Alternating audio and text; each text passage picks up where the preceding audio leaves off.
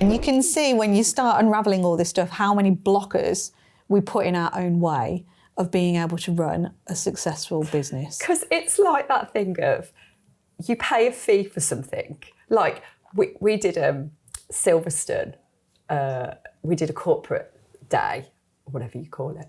Yeah, I suppose we went up in the whatever you call it, corporate. And we saved like up for that. It wasn't just like a, let's just do that every day kind of thing. And it's free drinks all day. So obviously you're paying this huge amount of money. You get absolutely amazing food. You're fed like every hour or something. Yeah. It's like being at a wedding where you just keep getting food and the drink is all included.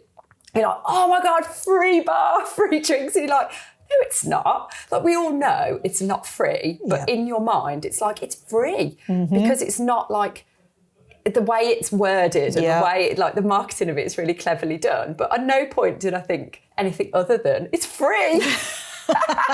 Honestly, it is. But it comes down to, again, messaging, the ability. Now, you imagine doing that on a bank transfer. Oh, just bank transfer me the money, please, for your Silverstone day. Yeah.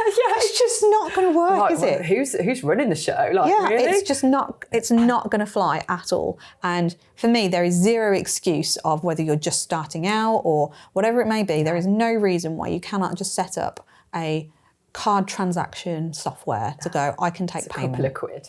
Yeah. It really is. And most of it is you don't have to get a card reader that you pay a monthly fee for. It's literally the percentage that comes off, isn't it? It's so minimal. It's ridiculous. It's nothing. So from a professional point of view, speak to people, make sure you are having human-to-human conversations. You can pay by card, and already you're going to set yourself up to a much better place where people are going to trust you. You're going to get to understand them a little bit more, and make sure within that phone call, and we will be going into this in further detail, we definitely do it on our coaching programs, but trying to really understand the pain points, like where is it that person is coming from? Because if they are calling you for a potential problem, or they're just getting a puppy and they want to start out on everything, what are they actually hoping to achieve? What do they want to have achieved by the end of working with you? And this is where you need to have an offering that will help them achieve their goals. And how can you even do that if you're offering ad hoc sessions? And also, there is a tendency to treat everybody the same, because how many times have we seen the same problem? Yep. How many times do we get, oh, it's a puppy, it's play biting, it's house training, it's whatever. And we could kind of, again, we're hardwired to go, oh, it's another one of them again. Like, you need the same as the next person needs. Yep. No, they don't.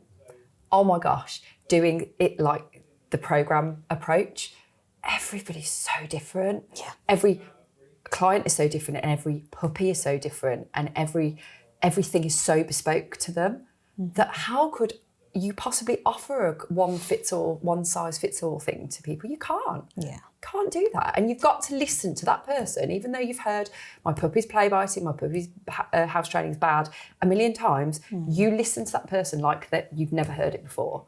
Yeah. And it's all about them.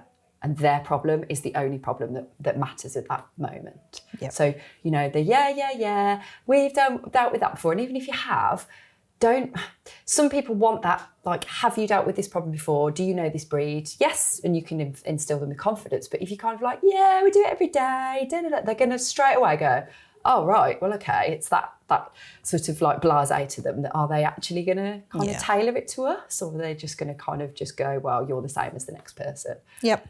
Yeah. Even those tiny little things it can make a huge difference to somebody's experience, isn't it? It's all of those little micro details, and the amount of people that have said to us on phone calls and going, do you know what, I actually feel like you've listened and I feel like you actually understand, and I haven't had that.